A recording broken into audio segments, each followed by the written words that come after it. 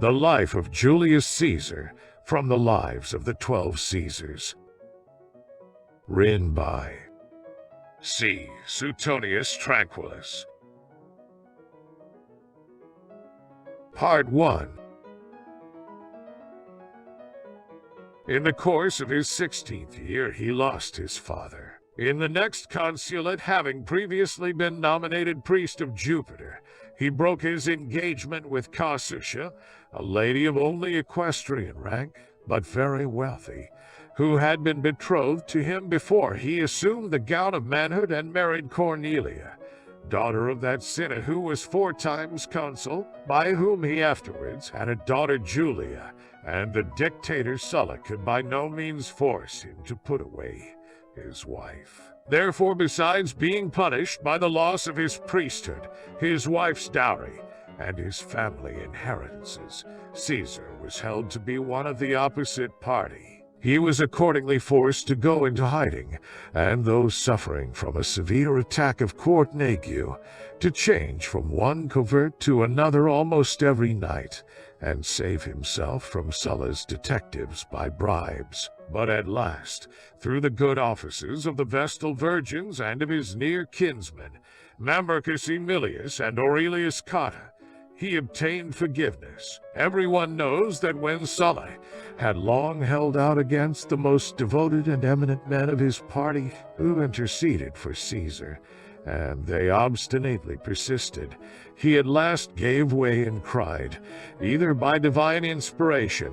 or a shrewd forecast, "Have your way and take him. Only bear in mind that the man you are so eager to save will one day deal the death blow to the cause of the aristocracy, which you have joined with me in upholding. For in this Caesar there is more than one Marius." He served his first campaign in Asia on the personal staff of Marcus Thermus, governor of the province. Being sent by Thermus to Bithynia to fetch a fleet, he dawdled so long at the court of Nicomedes that he was suspected of improper relations with the king, and he lent color to this scandal by going back to Bithynia a few days after his return, with the alleged purpose of collecting a debt for a freedman, one of his dependents. During the rest of the campaign he enjoyed a better reputation, and at the storming of Mytilene Thermus awarded him the civic crown. He served too under Servilius Esoricus in Cilicia, but only for a short time, for learning of the death of Sulla, and at the same time hoping to profit by a counter-revolution which Marcus Lepidus was setting on foot, he hurriedly returned to Rome. But he did not make common cause with Lepidus, although he was offered highly favorable terms, through lack of confidence both in that leader's capacity and in the outlook, which he found less promising than he had expected. Then, after the civil disturbance had been quieted, he brought a charge of extortion against Cornelius Dolabella, an ex-consul who had been honored with a triumph. On the acquittal of Dolabella, Caesar determined to withdraw to Rhodes, to escape from the ill will which he had incurred, and at the same time to rest and have leisure to study under Apollonius Molo, the most eminent teacher of oratory of that time. While crossing to Rhodes, after the winter season had already begun, he was taken by pirates near the island of Pharmacusa and remained in their custody for nearly 40 days in a state of intense vexation, attended only by a single physician and 2 body servants, for he had sent off his traveling companions and the rest of his attendants at the outset to raise money for his ransom. Once he was set on shore on payment of 50 talents, he did not delay then, and there to launch a fleet and pursue the departing pirates, and the moment they were in his power to inflict on them the punishment which he had often threatened when joking with them. He then proceeded to Rhodes, but as Mithridates was devastating the neighboring regions, he crossed over into Asia, to avoid the appearance of inaction when the allies of the Roman people were in danger. There he levied a band of auxiliaries and drove the king's prefect from the province, thus holding the wavering and irresolute states to their allegiance. while serving as military tribune, the first office which was conferred on him by vote of the people after his return to Rome. He ardently supported the leaders in the attempt to re-establish the authority of the tribunes of the commons, the extent of which Sulla had curtailed. Furthermore, through a bill proposed by one Claudius, he effected the recall of his wife's brother Lucius Cinna, as well as of the others who had taken part with Lepidus in his revolution and after the consul's death had fled to Sertorius, and he personally spoke in favor of the measure. When quaestor, he pronounced the customary orations from the rostra in praise of his aunt Julia and his wife Cornelia, who had both died. And in the eulogy of his aunt he spoke in the following terms of her paternal and maternal ancestry and that of his own father. The family of my aunt Julia is descended by her mother from the king, and on her father's side is akin to the immortal gods, for the Marcii Reges, her mother's family name, go back to Uncus Marcius, and the Julii, the family of which ours is a branch, to Venus. Our stock therefore has at once the sanctity of kings, whose power is supreme among mortal men, and the claim to reverence which attaches to the gods, who hold sway over kings themselves. In place of Cornelia he took to wife Pompeia, daughter of Quintus Pompeius and granddaughter of Lucius Sulla. But he afterward divorced her, suspecting her of adultery with Publius Claudius, and in fact, the report that Claudius had gained access to her woman's garb during a public religious ceremony was so persistent that the Senate decreed that the pollution of the sacred rites be judicially investigated. As quaestor, it fell to his lot to serve in further Spain. When he was there, while making the circuit of the assize towns, to hold court under commission from the praetor, he came to Gades, and noticing a statue of Alexander the Great in the temple of Hercules, he heaved a sigh, and as if out of patience with his own incapacity in having as yet done nothing noteworthy at a time of life when Alexander had already brought the world to his feet, he straightway asked for his discharge, to grasp the first opportunity for greater enterprises at Rome. Furthermore, when he was dismayed by a dream the following night, for he thought that he had offered violence to his mother, the soothsayers inspired him with high hopes by their interpretation, which was that he was destined to rule the world, since the mother whom he had seen in his power was none other than the earth, which is regarded as the common parent of all mankind. Departing therefore before his term was over, he went to the Latin colonies, which were in a state of unrest, and meditating a demand for citizenship, and he might have spurred them on to some rash act, had not the consuls, in anticipation of that very danger,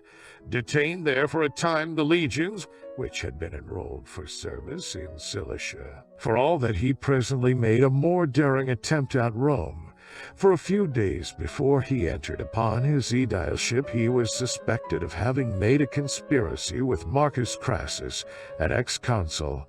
and likewise with Publius Sulla and Lucius Autronius, who, after their election to the consulship, had been found guilty of corrupt practices. The design was to set upon the Senate at the opening of the year and put to the sword as many as they thought good. Then Crassus was to usurp the dictatorship, naming Caesar as his master of horse, and when they had organized the state according to their pleasure, the consulship was to be restored to Sulla and Autronius. This plot is mentioned by Tanucius Geminus in his history, by Marcus Bibulus in his edicts, and by Gaius Curio the elder in his speeches. Cicero too seems to hint at it in a letter to Axius, where he says that Caesar in his consulship established the despotism which he had had in mind when he was aedile. Tanucius adds that Crassus, either conscience-stricken or moved by fear,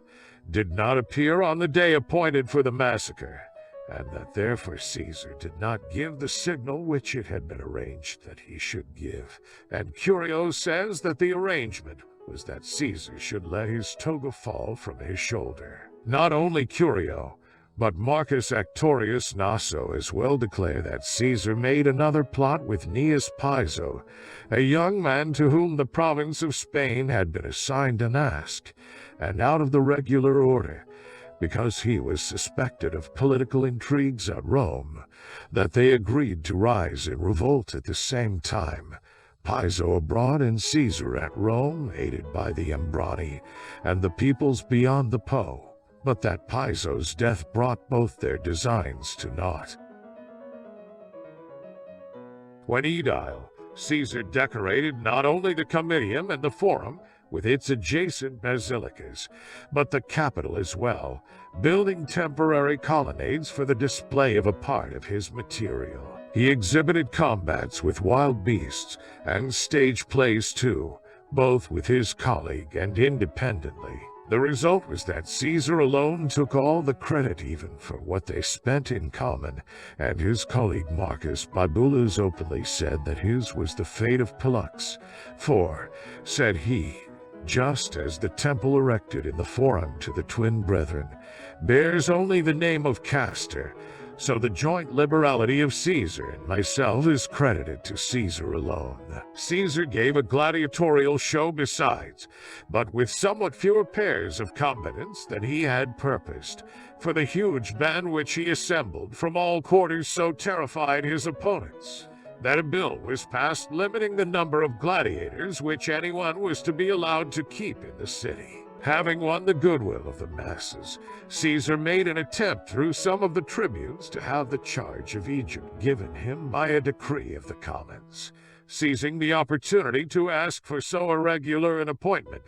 as the citizens of Alexandria had deposed their king, who had been named by the Senate an ally and friend of the Roman people, and their action was generally condemned. He failed, however, because of the opposition of the aristocratic party. Wishing therefore to impair their prestige in every way he could, he restored the trophies commemorating the victories of Gaius Marius over Jugurtha and over the Cimbri and Teutoni, which Sulla had long since demolished. Furthermore, in conducting prosecutions for murder, he included in the number of murderers even those who had received monies from the public treasury during the prescriptions for bringing in the heads of Roman citizens, although they were expressly exempted by the Cornelian laws. He also bribed a man to bring a charge of high treason against Gaius Rabirius, who some years before had rendered conspicuous service to the Senate in repressing the seditious designs of the tribune Lucius Saturninus.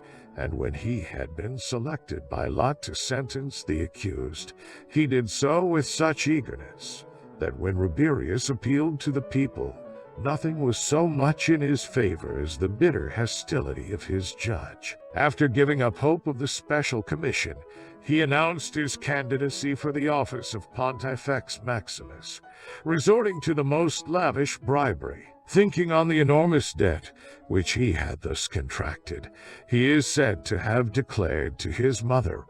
on the morning of his election, as she kissed him when he was starting for the polls, that he would never return except as Pontifex. And in fact he so decisively defeated two very strong competitors, for they were greatly his superiors in age and rank, that he polled more votes in their tribes than were cast for both of them in all the tribes. When the conspiracy of Catiline was detected, and all the rest of the Senate favored inflicting the extreme penalty on those implicated in the plot, Caesar, who was now praetor-elect, alone proposed that their goods be confiscated, and that they be imprisoned each in a separate town. Nay, more, he inspired such fear in those who favored severer measures, by picturing the hatred which the Roman commons would feel for them for all future time, that Decimus Silanus, consul-elect, was not ashamed to give a milder interpretation to his proposal, since it would have been humiliating to change it, alleging that it had been understood in a harsher sense than he intended. Caesar would have prevailed too, for a number had already gone over to him, including Cicero, the consul's brother, had not the address of Marcus Cato kept the wavering Senate in line. Yet not even then did he cease to delay the proceedings, but only when an armed troop of Roman knights that stood on guard about the place threatened him with death as he persisted in his headstrong opposition. They even drew their swords and made such passes at him that his friends who sat next him forsook him,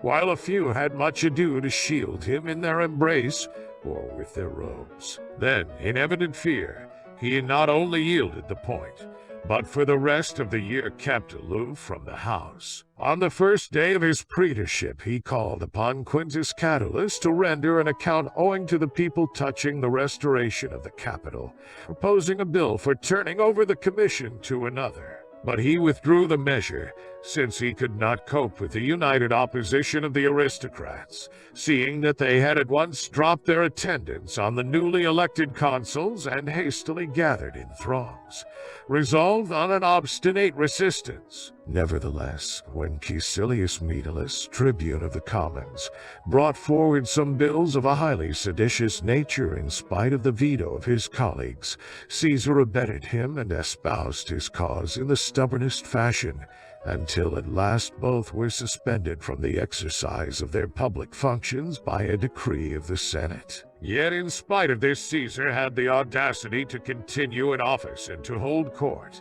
But when he learned that some were ready to stop him by force of arms, he dismissed his lictors, laid aside his robe of office, and slipped off privily to his house, intending to remain in retirement because of the state of the times. Indeed, when the populace on the following day flocked to him quite of their own accord, and with riotous demonstrations offered him their aid in recovering his position, he held them in check. Since this action of his was wholly unexpected, the Senate, which had been hurriedly convoked to take action about that very gathering, publicly thanked him through its leading men. Then summoning him to the house and lauding him in the strongest terms, they rescinded their former decree and restored him to his rank. He again fell into danger by being named among the accomplices of Catiline,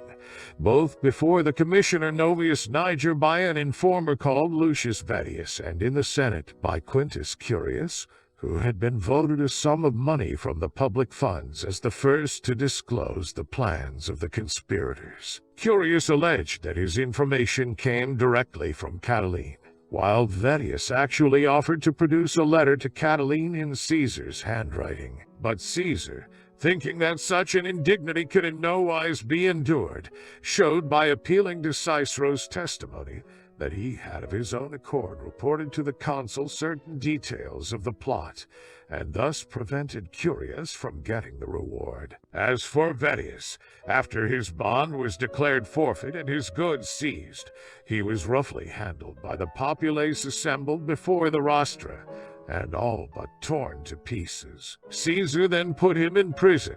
and Novius the commissioner went there too, for allowing an official of superior rank to be arraigned before his tribunal.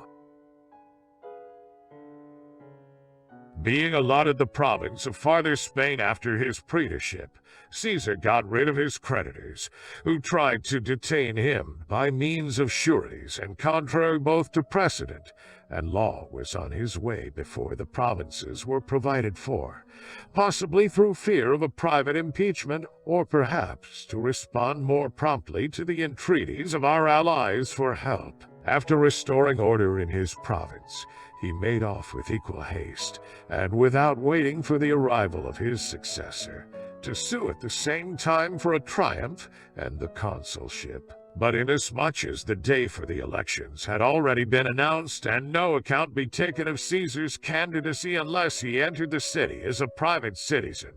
and since his intrigues to gain exemption from the laws met with general protest, he was forced to forego the triumph to avoid losing the consulship. Of the two other candidates for this office, Lucius Lucius and Marcus Bibulus, Caesar joined forces with the former, making a bargain with him that since Lucius had less influence but more funds, he should in their common name promise largesse to the electors from his own pocket. When this became known, The aristocracy authorized Bibulus to promise the same amount, being seized with fear that Caesar would stick at nothing when he became chief magistrate, if he had a colleague who was heart and soul with him. Many of them contributed to the fund, and even Cato did not deny that bribery under such circumstances was for the good of the Commonwealth. So Caesar was chosen consul with Bibulus. With the same motives, the aristocracy took care that provinces of the smallest importance should be assigned to the newly elected consuls,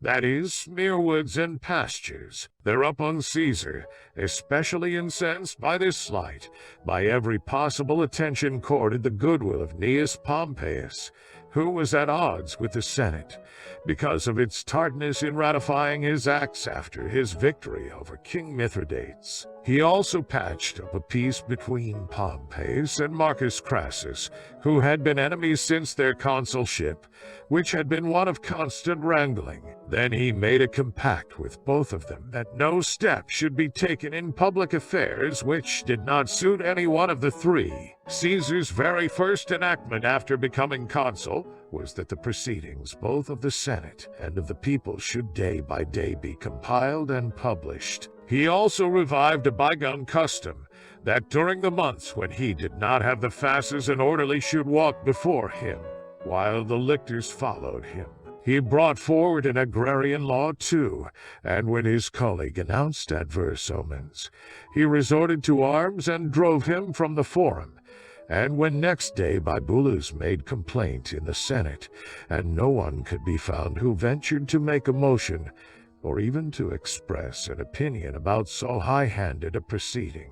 although decrees had often been passed touching less serious breaches of the peace, Caesar's conduct drove him to such a pitch of desperation that from that time until the end of his term he did not leave his house, but merely issued proclamations announcing adverse omens.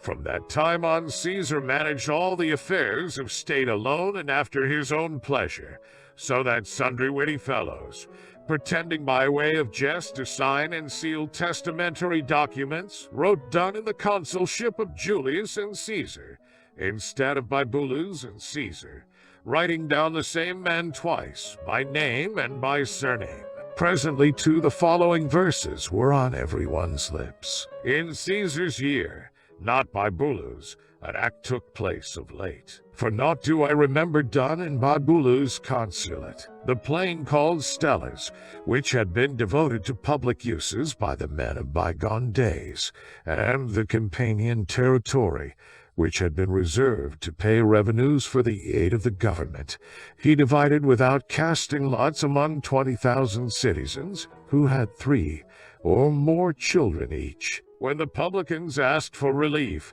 he freed them from a third part of their obligation, and openly warned them in contracting for taxes in the future not to bid too recklessly. He freely granted everything else that anyone took it into his head to ask, either without opposition or by intimidating anyone who tried to object. Marcus Cato, who tried to delay proceedings, was dragged from the house by a lictor at Caesar's command and taken off to prison. When Lucius Lucullus was somewhat too outspoken in his opposition, he filled him with such fear of malicious prosecution that Lucullus actually fell on his knees before him. Because Cicero, while pleading in court, deplored the times, Caesar transferred the orator's enemy Publius Claudius that very same day from the patricians to the plebeians, a thing for which Claudius had for a long time been vainly striving, and that too at the 9th hour. Finally, taking action against all the opposition in a body,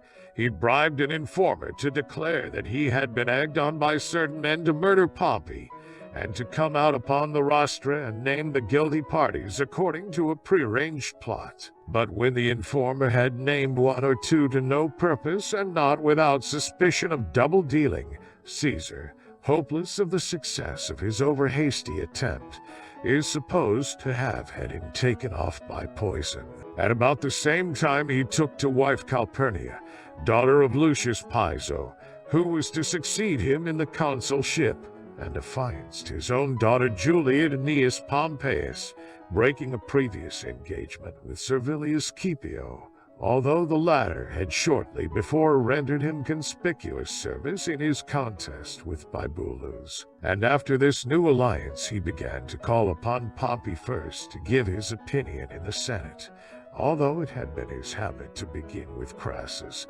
and it was the rule for the consul in calling for opinions to continue throughout the year the order which he had established on the calends of January. Backed therefore by his father-in-law and son-in-law, out of all the numerous provinces he made the Gauls his choice, as the most likely to enrich him and furnish suitable material for triumphs. At first, it is true, by the bill of Vatinius he received only Cisalpine Gaul with the addition of Illyricum, but presently he was assigned Gallia Comata as well by the Senate, since the members feared that even if they should refuse it, the people would give him this also. Transported with joy at this success, he could not keep from boasting a few days later before a crowded house that having gained his heart's desire to the grief and lamentation of his opponents, he would therefore from that time mount on their heads, and when someone insultingly remarked that would be no easy matter for any woman, he replied in the same vein that Semiramis too had been queen in Syria, and the Amazons in days of old had held sway over a great part of Asia. When at the close of his consulship the praetors Gaius Memmius and Lucius Domitian moved an inquiry into his conduct during the previous year, Caesar laid the matter before the Senate, and when they failed to take it up, and 3 days had been wasted in fruitless wrangling, went off to his province, whereupon his quaestor was at once arraigned on several counts, as a preliminary to his own impeachment. Presently he himself too was prosecuted by Lucius Antistius, tribune of the commons, and it was only by appealing to the whole college that he contrived not to be brought to trial, on the ground that he was absent on public service. Then, to secure himself for the future, he took great pains always to put the magistrates for the year under personal obligation, and not to aid any candidates or suffer any to be elected, save such as guaranteed to defend him in his absence. And he did not hesitate in some cases to exact an oath to keep this pledge or even a written contract. When, however, Lucius Domitius, candidate for the consulship, openly threatened to effect as consul, he had been unable to do as praetor, and to take his armies from him, Caesar compelled Pompeius and Crassus to come to Lucca, a city in his province, where he prevailed on them to stand for a second consulship,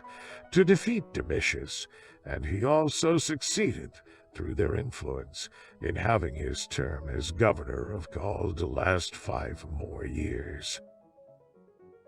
Encouraged by this, he added to the legions which he had received from the state others at his own cost, one actually composed of men of Transalpine Gaul and bearing a Gallic name too, for it was called a Lauder, which he trained in the Roman tactics and equipped with Roman arms, and later on he gave every man of its citizenship. After that he did not let slip any pretext for war, however unjust and dangerous it might be, picking quarrels as well with allied as with hostile and barbarous nations, so that once the Senate decreed that a commission be sent to inquire into the condition of the Gallic provinces, and some even recommended that Caesar be handed over to the enemy. But as his enterprises prospered, thanksgivings were appointed in his honor oftener and for longer periods than for anyone before his time. During the 9 years of his command, this is in substance what he did.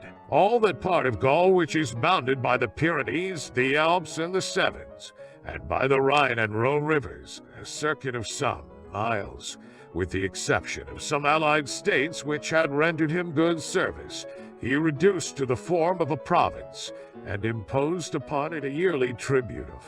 sesterces. He was the first Roman to build a bridge and attack the Germans beyond the Rhine, and he inflicted heavy losses upon them. He invaded the Britons too, a people unknown before, vanquished them, and exacted monies and hostages. Amid all these successes he met with adverse fortune 3 times in all, in Britain, where his fleet narrowly escaped destruction in a violent storm, in Gaul, when one of his legions was routed at Gergovia, and on the borders of Germany, when his lieutenants Titurius and Auriculaeus were ambushed and slain. Within this same space of time he lost first his mother, then his daughter, and soon afterwards his grandchild. Meanwhile, as the community was aghast at the murder of Publius Claudius, the Senate had voted that only one consul should be chosen, and expressly named Gnaeus Pompeius. When the tribunes planned to make him Pompey's colleague,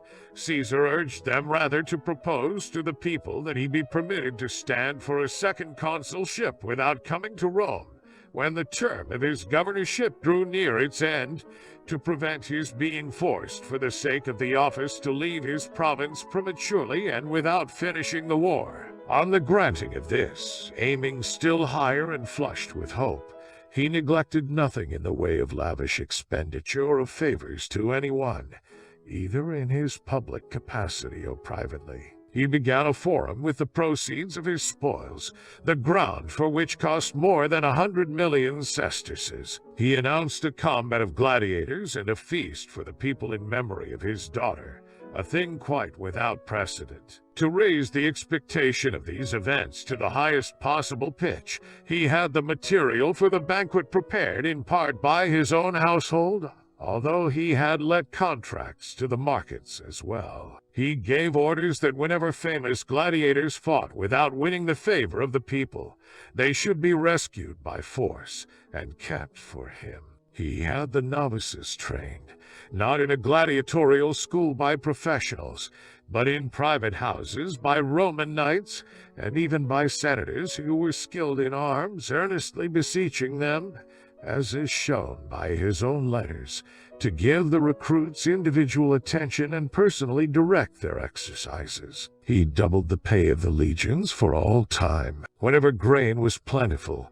he distributed it to them without stint or measure, and now and then gave each man a slave from among the captives. Moreover, to retain his relationship and friendship with Pompey, Caesar offered him his sister's granddaughter Octavia in marriage, although she was already the wife of Gaius Marcellus, and asked for the hand of Pompey's daughter, who was promised to Faustus Sulla, when he had put all Pompey's friends under obligation, as well as the greater part of the Senate. Through loans made without interest or at a low rate, he lavished gifts on men of all other classes, both those whom he invited to accept his bounty, and those who applied to him unasked, including even freedmen and slaves who were special favorites of their masters or patrons. In short, he was the sole and ever-ready help of all who were in legal difficulties or in debt, and of young spendthrifts, excepting only those whose burden of guilt or poverty was so heavy, or who were so given up to riotous living, that even he could not save them. And to these he declared in the plainest terms that what they needed was a civil war.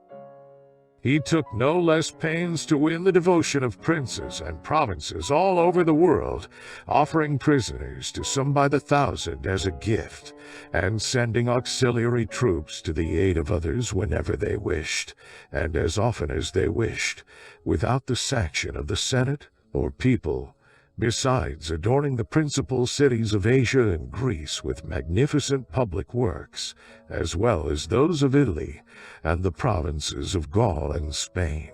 At last, when all were thunderstruck at his actions, and wondered what their purpose could be, the consul Marcus Claudius Marcellus, after first making proclamation that he purposed to bring before the Senate a matter of the highest public moment, proposed that a successor to Caesar be appointed before the end of his term, on the ground that the war was ended, Peace was established, and the victorious army ought to be disbanded. Also that no account be taken of Caesar at the elections, unless he were present, since Pompey's subsequent action had not annulled the decree of the people. And it was true that when Pompey proposed a bill touching the privileges of officials, in the clause whereby he debarred absentees from candidacy for office, he forgot to make a special exception in Caesar's case, and did not correct the oversight until the law had been inscribed on a tablet of bronze and deposited in the treasury. Not content with depriving Caesar of his provinces and his privilege, Marcellus also moved that the colonists whom Caesar had settled in Novum Commum by the bill of Vatinius should lose their citizenship, on the ground that it had been given from political motives and was not authorized by the law. Greatly troubled by these measures, and thinking, as they say, he was often heard to remark that now that he was the leading man of the state, it was harder to push him down from the first place to the second than it would be from the second to the lowest. Caesar stoutly resisted Marcellus, partly through vetoes of the tribunes and partly through the other consul, Servius Sulpicius. When next year Gaius Marcellus, who had succeeded his cousin Marcus as consul, tried the same thing, Caesar, by a heavy bribe, secured the support of the other consul, Aemilius Paulus, and of Gaius Curio, the most reckless of the tribunes. But seeing that everything was being pushed most persistently, and that even the consuls elect were among the opposition, he sent a written appeal to the Senate, not to take from him the privilege which the people had granted, or else to compel the others in command of armies to resign. Also, feeling sure, it was thought, that he could more readily muster his veterans as soon as he wished than Pompey his newly levied troops. He further proposed a compromise to his opponents, that after giving up 8 legions and Transalpine Gaul, he be allowed to keep 2 legions and Cisalpine Gaul, or at least 1 legion and Illyricum, until he was elected consul.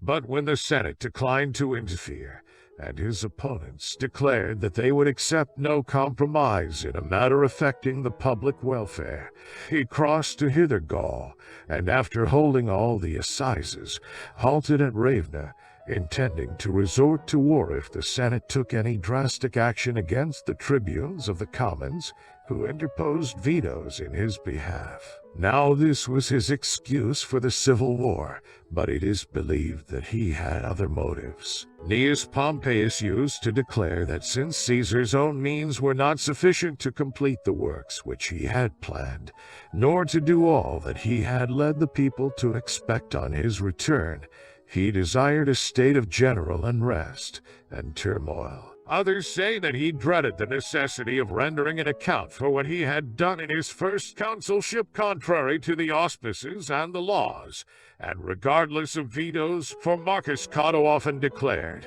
and took oath too, that he would impeach Caesar the moment he had disbanded his army. It was openly said too that if he was out of office on his return, he would be obliged, like Milo, to make his defense in a court hedged about by armed men. The latter opinion is the more credible one in view of the assertion of Asinius Pollio, that when Caesar at the battle of Pharsalus saw his enemies slain or in flight, he said, word for word, they would have it so. Even I, Gaius Caesar, after so many great deeds, should have been found guilty if I had not turned to my army for help. Some think habit had given him a love of power, and that weighing the strength of his adversaries against his own, he grasped the opportunity of usurping the despotism which had been his heart's desire from early youth. Cicero too was seemingly of this opinion, when he wrote in the 3rd book of his De Officiis that Caesar ever had upon his lips these lines of Euripides, of which Cicero himself adds a version. If wrong may e'er be right, for a throne's sake, were wrong most right, be God in all else feared. Accordingly, when word came that the veto of the tribunes had been set aside, and they themselves had left the city, he at once sent on a few cohorts with all secrecy, and then, to disarm suspicion, concealed his purpose by appearing at a public show inspecting the plans of a gladiatorial school which he intended building, and joining as usual in a banquet with a large company. It was not until after sunset that he set out very privately, with a small company, taking the mules from a bake shop hard by and harnessing them to a carriage, and when his lights went out, and he lost his way, he was astray for some time, but at last found a guide at dawn and got back to the road on foot by narrow bypaths. Then, overtaking his cohorts at the river Rubicon, which was the boundary of his province, he paused for a while, and realizing what a step he was taking, he turned to those about him and said, "Even yet we may draw back, but once cross yon little bridge, and the whole issue is with the sword." As he stood in doubt, this sign was given him. On a sudden there appeared hard by a being of wondrous stature and beauty, who sat and played upon a reed, and when not only the shepherds flocked to hear him, but many of the soldiers left their posts, and among them some of the trumpeters, the apparition snatched a trumpet from one of them, rushed to the river, and sounding the war note with mighty blast, strode to the opposite bank. Then Caesar cried, "Take we the course which the signs of the gods and the false dealing of our foes point out. The die is cast," said he. Accordingly, crossing with his army, and welcoming the tribunes of the commons, who had come to him, after being driven from Rome, he harangued the soldiers with tears, and rending his robe from his breast, besought their faithful service. It is even thought that he promised every man a knight's estate, but that came of a misunderstanding, for since he often pointed to the finger of his left hand as he addressed them and urged them on, declaring that to satisfy all those who helped him to defend his honor, he would gladly tear this very ring from his hand. Those on the edge of the assembly, who could see him better than they could hear his words, assumed that he said what his gesture seemed to mean, and so the report went about that he had promised them the right of the ring and 400,000 sesterces as well. The sum total of his movements after that is, in their order, as follows. He overran Umbria, Picenum, and Etruria, took prisoner Lucius Domitius, who had been irregularly named his successor, and was holding Corfinium with a garrison, let him go free, and then proceeded along the Adriatic to Brundisium, where Pompey and the consuls had taken refuge, intending to cross the sea as soon as might be. After trying by every kind of hindrance to prevent their sailing, he marched off to Rome, and after calling the Senate together to discuss public business, went to attack Pompey's strongest forces, which were in Spain under command of 3 of his lieutenants, Marcus Petreius, Lucius Afranius, and Marcus Varro, saying to his friends, before he left, "I go to meet an army without a leader, and I shall return to meet a leader without an army." And in fact, though his advance was delayed by the siege of Massilia, which had shut its gates against him, and by extreme scarcity of supplies, he nevertheless quickly gained a complete victory. Returning thence to Rome, he crossed into Macedonia, and after blockading Pompey for almost 4 months behind mighty ramparts, finally routed him in the battle at Pharsalus, followed him in his flight to Alexandria, and when he learned that his rival had been slain, made war on King Ptolemy, whom he perceived to be plotting against his own safety as well, a war in truth of great difficulty, convenient neither in time nor place, but carried on during the winter season within the walls of a well-provisioned and crafty foeman, while Caesar himself was without supplies of any kind and ill-prepared. Victor in spite of all, he turned over the rule of Egypt to Cleopatra and her younger brother, fearing that if he made a province of it, it might one day under a headstrong governor be a source of revolution. From Alexandria he crossed to Syria, and from there went to Pontus, spurred on by the news that Pharnaces, son of Mithridates the Great, had taken advantage of the situation to make war, and was already flushed with numerous successes. But Caesar vanquished him in a single battle within 5 days after his arrival and 4 hours after getting sight of him, often remarking on Pompey's good luck in gaining his principal fame as a general by victories over the bowmen. Then he overcame Scipio and Juba, who were patching up the remnants of their party in Africa, and the sons of Pompey in Spain. In all the civil wars he suffered not a single disaster except through his lieutenants, of whom Gaius Curio perished in Africa. Gaius Antonius fell into the hands of the enemy in Illyricum. Publius Dolabella lost a fleet, also off Illyricum, and Gnaeus Domitius Calvinus an army in Pontus. Personally, he always fought with the utmost success, and the issue was never even in doubt save twice, once at Dyrrhachium, where he was put to flight, and said of Pompey, who failed to follow up his success, that he did not know how to use a victory. Again in Spain,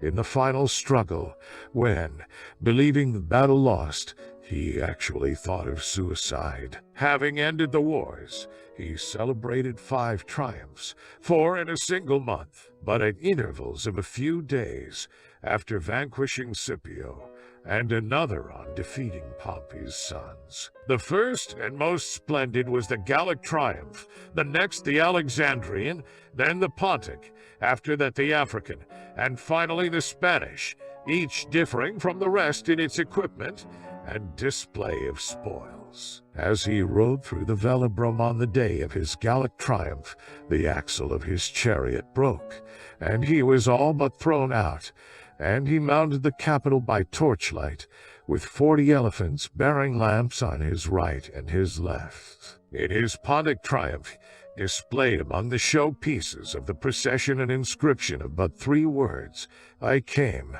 I saw, I conquered," not indicating the events of the war, as the others did, but the speed with which it was finished.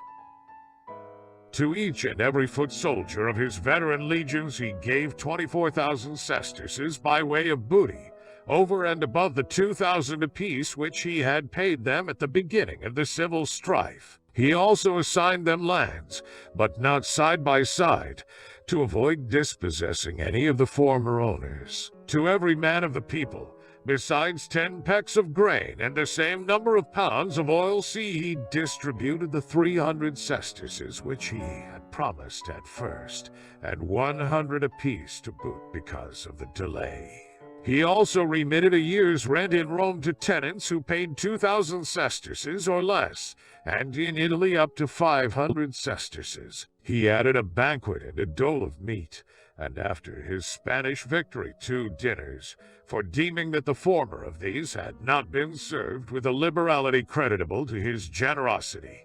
He gave another 5 days later on a most lavish scale. He gave entertainments of divers kinds, a combat of gladiators, and also stage plays in every ward all over the city, performed too by actors of all languages, as well as races in the circus, athletic contests, and a sham sea fight. In the gladiatorial contest in the Forum Furius Leptinus, a man of Praetorian stock, and Quintus Calpinus, a former senator and pleader at the bar, fought to a finish. A Pihic dance was performed by the sons of the princes of Asia and Bithynia. During the plays, Decimus Laborius, a Roman knight, acted a farce of his own composition, and having been presented with 500,000 sesterces and a gold ring, passed from the stage through the orchestra and took his place in the 14 rows. For the races the circus was lengthened at either end, and a broad canal was dug all about it. Then young men of the highest rank drove 4-horse and 2-horse chariots and rode pairs of horses, vaulting from one to the other. The game called Troy was performed by two troops of younger and of older boys. Combats with wild beasts were presented on 5 successive days, and last of all there was a battle between two opposing armies, in which 500 foot soldiers, 20 elephants, and 30 horsemen engaged on each side. To make room for this, the goals were taken down, and in their place 2 camps were pitched over against each other. The athletic competitions lasted for 3 days in a temporary stadium built for the purpose in the region of the Campus Martius. For the naval battle, a pool was dug in the Lesser Coda, and there was a contest of ships of 2,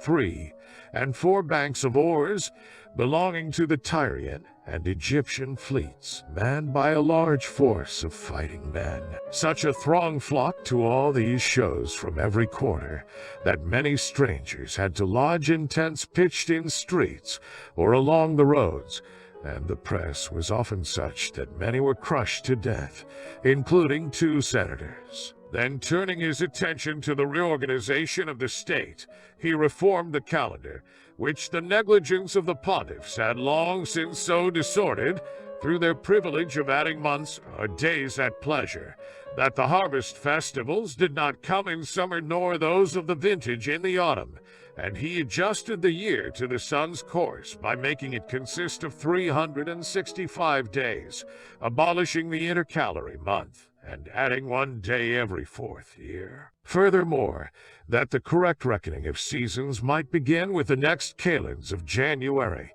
he inserted 2 other months between those of November and December. Hence, the year in which these arrangements were made was one of 15 months, including the intercalary month, which belonged to that year according to the former custom.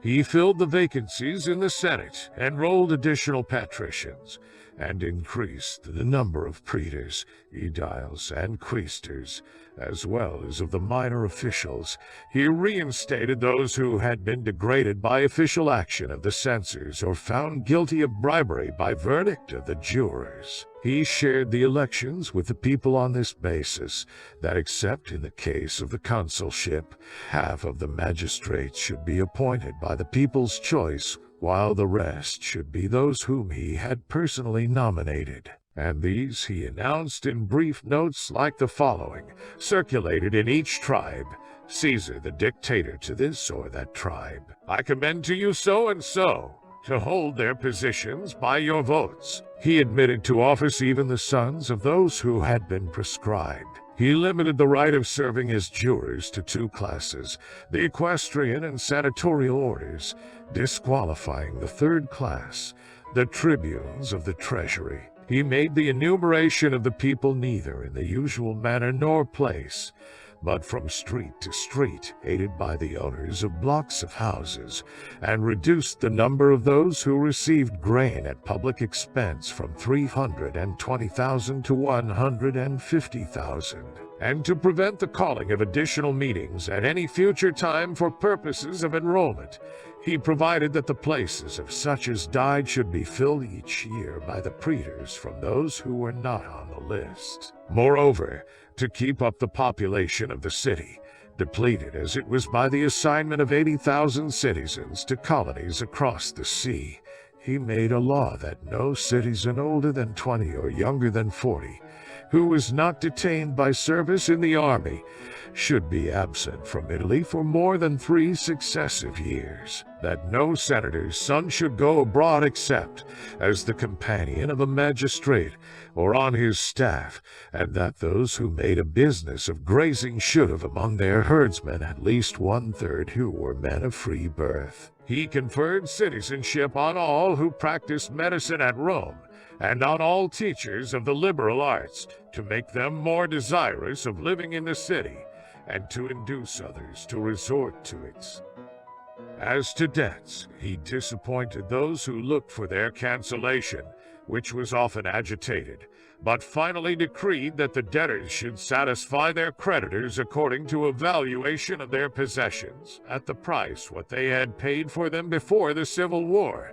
deducting from the principal whatever interest had been paid in cash or pledged through bankers, an arrangement which wiped out about 1/4 part of of their indebtedness. He dissolved all guilds, except those of ancient foundation. He increased the penalties for crimes, and inasmuch as the rich involved themselves in guilt with less hesitation because they merely suffered exile without any loss of property, he punished murderers of freemen by the confiscation of all their goods, as Cicero writes, and others by the loss of one half. He administered justice with the utmost conscientiousness and strictness. Those convicted of extortion he even dismissed from the senatorial order. He annulled the marriage of an ex-praetor who had married a woman the very day after her divorce, although there was no suspicion of adultery. He imposed duties on foreign wares. He denied the use of litters and the wearing of scarlet robes or pearls to all except those of a designated position and age,